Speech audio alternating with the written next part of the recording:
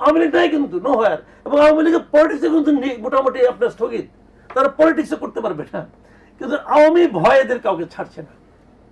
এটা হলো বাস্তবতা। এই বাস্তবতাটা হয়েছে কেন, যে দুইটা জিনিসই এদেরকে আপনি নাই যে করছেন, আগের বারও নাই করছেন গাইড জুড়ে, এবারও নাই করছেন গাইড জুড়ে। জনগণের যে পালস, সেই পালসের সঙ্গে আপনার এই সিদ্ধান্তের কোনো মিল নাই। আপনার একটা কালো আইন দিয়ে, একটা নির্বাহী আদেশ দিয়ে আওয়ামী লীগের রাজনীতিকে নিষিদ্ধ করছেন। এটা জনগণের পালস দেয় দেশের। আপনি যদি এটা জনগণের উপরে ছেড়ে দিতেন তাহলে ভালো। শোনেন, আমরা ছোটবেলায় আপনাকে বড় হয়ে দেখছি, টিভিতে রেসলিং হয়, তো আমি একসময় খুব দেখতাম। আমার তখন বাচ্চা মেয়ে তখন ছোট ছিল, ওকে নিয়ে দেখতাম, এবং একটু পরেই আমরা দুইজনই একমত হইতাম যে আমরা কার পক্ষে নেব। যে রেসলারটা শুরুর দিকে মার খাতো খুব প্রচন্ড, আমরা তার পক্ষে মানে যাইতাম, এবং আমরা আশা করতাম যে ওই যে মার খাইছে সে জিতুক। এটা হলো হিউম্যান নেচার, মানে সে উঠে দাঁড়াকাবার, এটা হিউম্যান নেচার। যাকে আপনি টর্চার করবেন, অত্যাচার করবেন, আপনি যাকে ঠেলবেন, ঠেলতে ঠেলতে দেয়ালের কাছে নিয়ে যাবেন, দেখবেন যে পাবলিক তার পক্ষে চলে যাচ্ছে। যদি এই ঠেলাটা, এই অত্যাচারটা যদি তারা মনে করে যে এটা হলো অনৈতিক অথবা গাইড জোরে করতেছেন, তখন তারা তার পক্ষে যাবে। এটা স্বাভাবিক, এটা হিউম্যান নেচার। জাতীয় পার্টিকে আপনি এখন যে ঠেলতেছেন, জাতীয় পার্টির লাভ হচ্ছে। আওয়ামী লীগ 21 বছর পরে ফিরে আসছিল। তো যে কোনো রাজনৈতিক দল ব্যাক করার ক্ষেত্রে কিছু কিছু অনুঘটক কাজ করে, কিন্তু আওয়ামী লীগের নর্মালি যে সময়টা লাগতো ফিরে আসতে, তার চেয়ে যদি তারা মানে অনেক দিন আগেই তারা ফিরে আসবে বলে আমার ধারণা, এবং সেই জন্য তারা কৃতজ্ঞ থাকবে ডক্টর ইউনূসের কাছে। কারণ ডক্টর ইউনূস সাহেব দায়িত্ব নেওয়ার পর উনি এমন এমন কাজ করছেন, তার প্রত্যেকটা কাজ আওয়ামী লীগের ফিরে আসাকে ত্বরান্বিত করেছে, প্রত্যেকটা কাজ। প্রথমত কাজ হলো কি, দেখেন সে যদি একটা ভালো ক্যাবিনেট করতো, যা নাকি মনে করেন দেশটাকে ভালো চালাতে পারতো, তাহলে কিন্তু আওয়ামী লীগের কথা লোকে মানে ভুলে যেত। সে সেটা করতে, সে কতগুলো অথর্ব লোককে টোকাই নিয়ে আসছে, আইনে নিয়ে তার ওখানে বসাইছে, এবং সে নিজেই স্বীকার করে যে আমি তো এই জায়গার লোক না।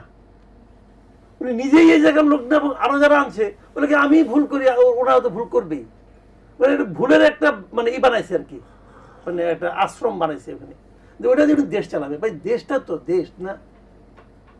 আপনি ঘরের মধ্যে ভুল করতে পারেন, তাতে আপনার ঘর ক্ষতিগ্রস্ত হবে। যখন দেশের মধ্যে আপনি ট্রায়াল অ্যান্ড এরর বেসিসে কাজ করবেন, তখন তো পুরো দেশ ক্ষতিগ্রস্ত হবে। এইটুকু বুঝার মতো সেন্স ওনার মধ্যে কাজ করে নাই, এখনো করতেছে না। তা না হলে ওনার বিভিন্ন উপদেষ্টাদের নিয়ে যে সমস্ত কথাবার্তা শোনা যায়, সবাইকে খুব ভালো করতেছে। কিন্তু দুই একটাকে চেঞ্জ করতেন, উনি চেঞ্জ করবেন, উনি জেদ ধরে বসে আছেন।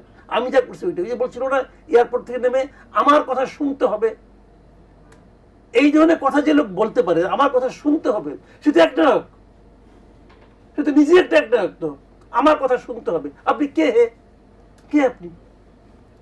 আপনার দেশ চালানোর কি অভিজ্ঞতা আপনার আছে? আপনি কোন জায়গায় নিজের সাফল্যটা প্রমাণ করছেন? তো এইগুলি বলে তো লাভ নাই।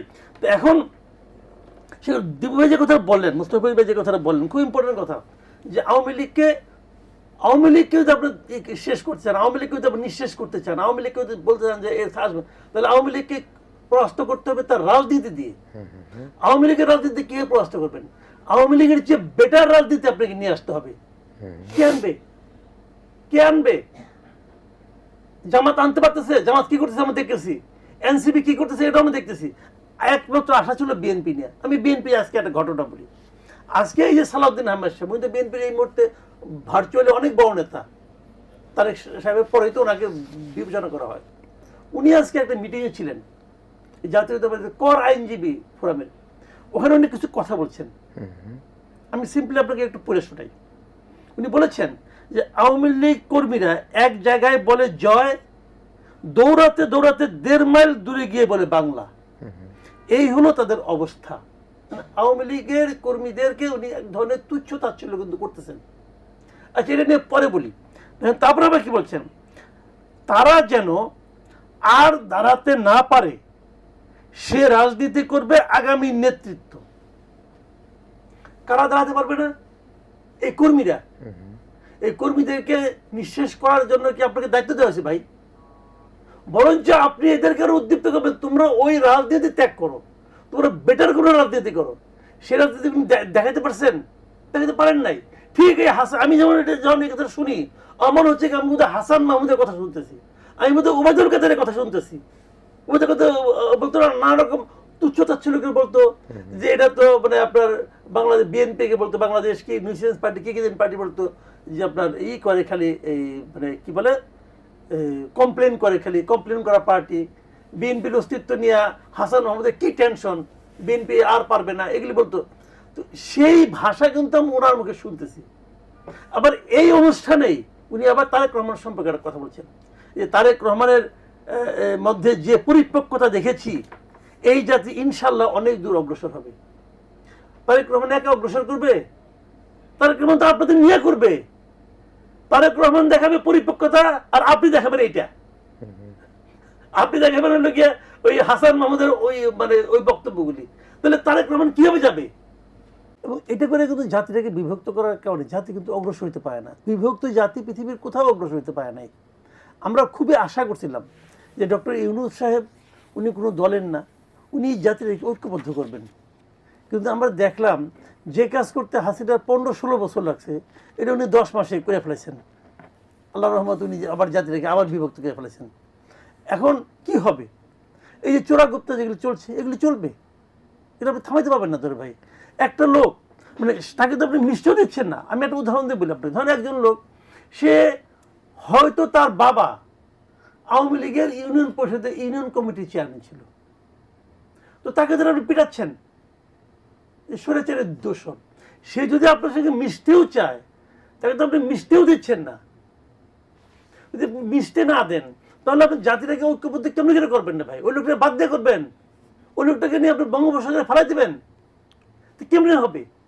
তো আমার কথা হলো কি, আপনাদের সেই জায়গাটা দেন, সেই স্পেসটা তো আপনি দিবেন, দেওয়া হয়নি। কারণ যতদিন মব চলবে ততদিন এটা আপনি পারবেন না করতে, কারণ মবকে তো আপনি এনকারেজ করতেছেন। আপনি এই সর্বশেষ দেখেন, এই যে মঞ্চ একাত্তরে যে ঘটনাটা ঘটলো, আমাদের সাংবাদিক পান্নাকে ধরে নিয়ে গেলো, ইউনিভার্সিটির টিচারকে কার্জনকে ধরে নিয়ে গেলো, লতিফ সিদ্দিকীকে ধরে নিয়ে গেলো। এই যে ধরে নিয়ে গেলো, যে অপরাধের জন্য নিয়ে গেলো, কি অপরাধ তারা করছে? পান্না ওখানে একটা শব্দ উচ্চারণ করছে, লতিফ সিদ্দিকী ওখানে একটা শব্দ উচ্চারণ করছে, একটা সিঙ্গেল ওয়ার্ড। এফআইআর কপি দেখেন আপনি, এফআইআর যে এসআই এফআইআর করছে, সে এখন উল্লেখ করছে যে লতিফ সিদ্দিকী কি কি বলেছে। লতিফ সিদ্দিকী সেখানে যে মাইক পাই নাই হাতে, তার আগে উনি কি বলতে পারতো, ওনার আত্মার মধ্যে ঢুইকা আমাদের সাব ইন্সপেক্টর বুঝে ফেলেছে উনি কি কি বলতে পারতো, সেগুলো লিখে দিয়েছে, তার মধ্যে উচ্চারণ করে দিচ্ছে, এবং তার উপর নির্ভর করে ওনার জামিন হয় না। তো কোথায় বিচার বিভাগ, কোথায় আইন প্রশাসন, কোথায় কি? তাহলে এর সঙ্গে আপনার আওয়ামী লীগের মানে পার্থক্যটা কি বলো আমার বুঝান আপনি? তারাও জাতিটাকে ভাগ করছে, এরাও জাতিটাকে ভাগ করতেছে।